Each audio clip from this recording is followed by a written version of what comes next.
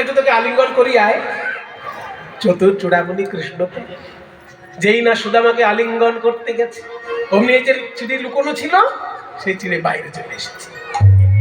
কি এই তো পুটলির মধ্যে এমন কিছু আছে, নিশ্চয়ই তুই আমার জন্য যত্ন করে এনেছিস। দেখি দেখি, এই কানাই কানাই, দেখি দেখি কি এনেছে আমার বন্ধু।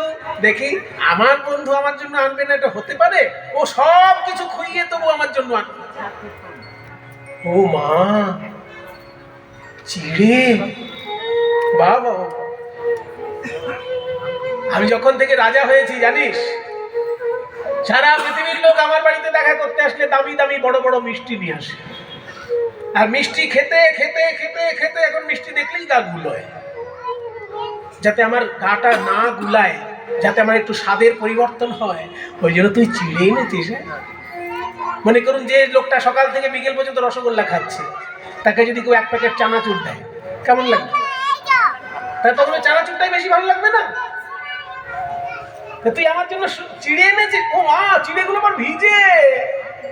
তার মানে চিড়ে যাতে আমার গালে না ফোটে, আমার গলায় যাতে লেগে না যায়, শুকনো চিড়ে আনিসনি, ভিজিয়ে এনেছিস। কত ভালোবাসিস সুদামা।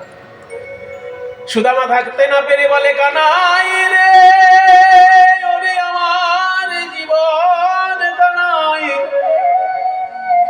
তোর জন্য আমি অত শত ভেবেছি, চিড়ে আনি নাই। ঘরে কিছু ছিল না বলে আমার গিন্নি ভিক্ষা করতে গেছিল। আমি যে বেদ পাঠ করি, মিথ্যা কথা আমি বলতে পারি না। ওই ভিক্ষা করে 4 পাড়ায় 4 মুঠো চিড়ে পেয়েছে।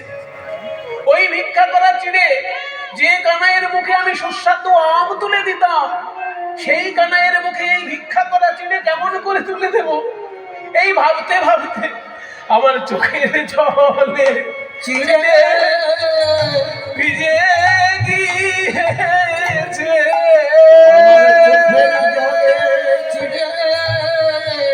ভিজে গিয়েছে আমার চোখের জলে চিড়ে ভিজে গিয়েছে। আমার চোখের জলে চিড়ে ভিজে গিয়েছে। আমি কেমন করে দেব বদনে, ভেবে চোখের জলে চিড়ে